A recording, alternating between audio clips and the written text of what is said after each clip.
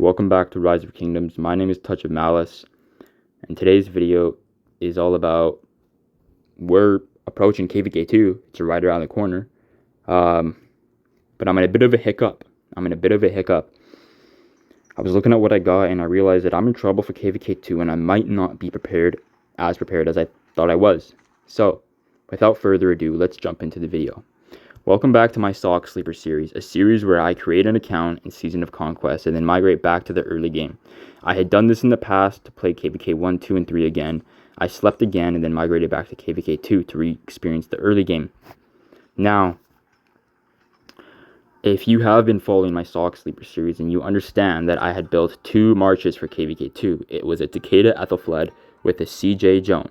CJ and Joan, because Joan is bringing a rage engine that CJ needs desperately, as well as health that CJ also needs desperately.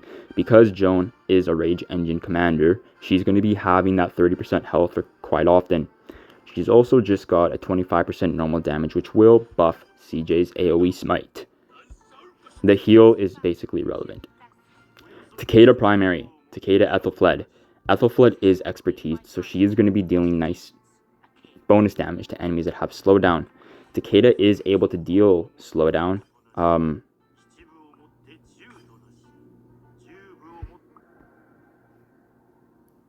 With Vortex.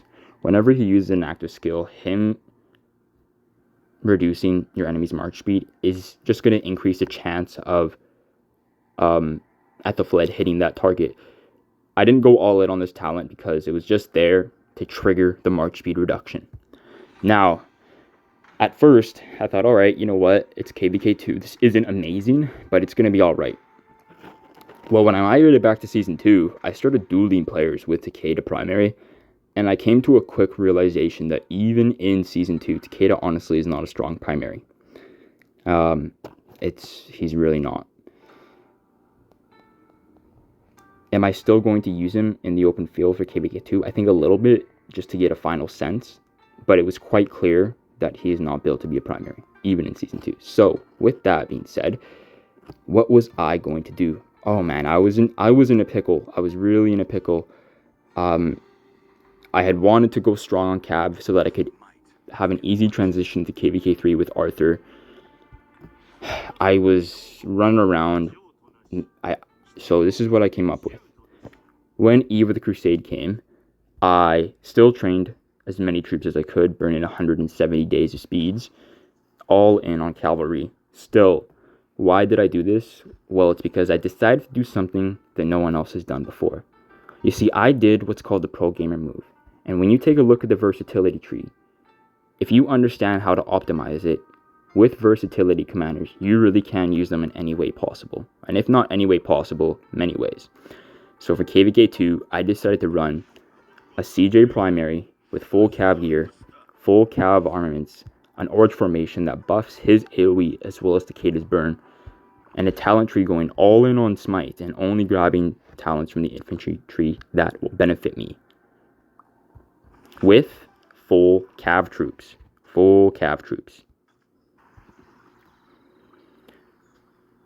When I had tested this out in Canyon, it was my strongest march in Canyon. When you look at it on paper, it is what makes sense for this point in time. Being as desperate as I am and being how early on in the game I am, truth be told, you're only going to use this in KVK 2. CJ having the smite tree, he is going to have access to a rage reduction, and on top of the rage reduction, his skill is an AoE, so that is huge. You've got an AoE rage reduction. The only other skill that's going to work with the full cav troop is his third skill, where if you were on the map and you take skill, smite, or combo attack damage, it has a 30% chance to reduce the damage by 10%. This is huge for KVK 2. It's a big cooldown, but it's a huge skill. Takeda at 5552 is actually going to be bringing all of the stats. He's bringing the defense, he's bringing the healing, he's even bringing the cavalry attack, which is going to be nice because it's full cavalry troop march. So this is what I've decided to do for KVK 2. I don't know how it's going to work out, but I gotta tell you, I'm feeling really, really good about it. I'm feeling fired up, and I'm excited. This is what I thought to be the best way to optimize versatility to its best. You know, I mean, they're both of their skills are going to be buffed off of normal damage, so having RH formation just makes sense. And yeah, I'm very confident that this is going to be.